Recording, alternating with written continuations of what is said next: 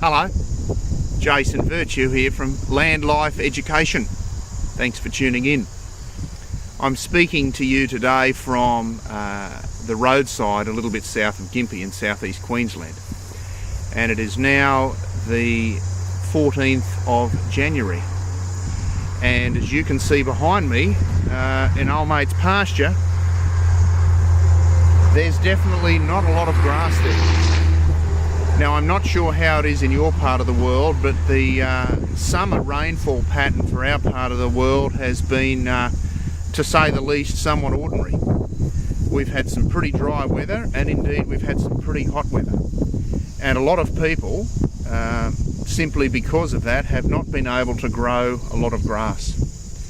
So the question that I have for people out there in the grazing industries at the moment is, what do things look like at your home at the moment?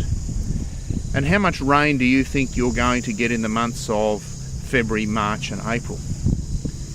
We're now on the downhill side of the longest day of the year. So at some stage in the next 2 or 3 months, we're going to start running out of daylight. And our ability to grow grass, even when it does rain, is going to reduce.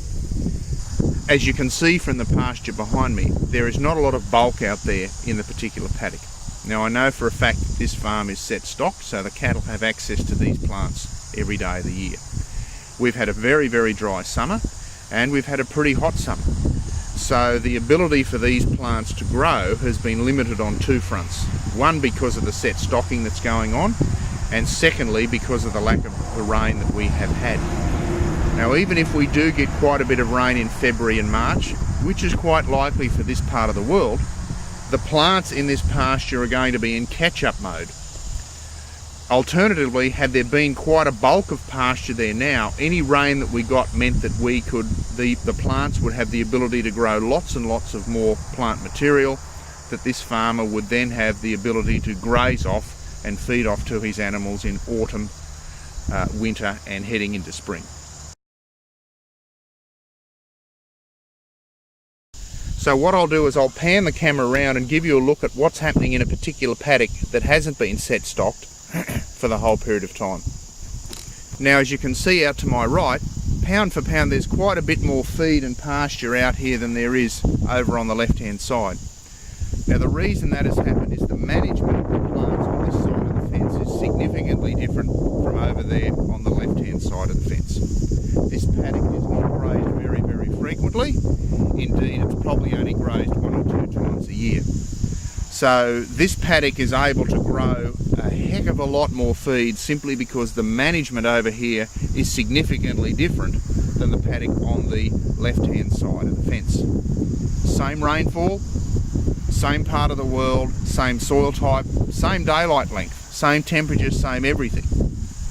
The difference is the management.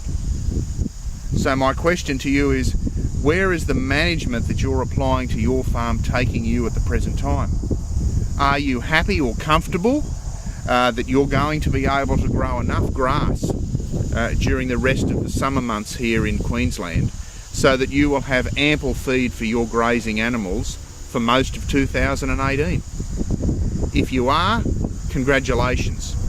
If you're not, then the challenge before you is, what are you going to do to keep your business profitable, to keep your animals happy and healthy, and to keep things ticking along for the rest of 2018? These are questions that you have to answer as a business person and someone running an enterprise that is very, very complex and deals with things such as market conditions, climatic factors, and human behaviour. There are some enormous possibilities out there for business people in rural Australia to make their businesses better than they were yesterday. It will require you to think about things a little bit differently, and it will require you to look at things a little bit differently, and it will require you to do some management and some business management activities that you may never have done before. That's the beauty of being in business for yourself. You have the capacity and the opportunity to change your circumstances if you're willing to. I didn't say it's going to be easy, but it can be jolly exciting.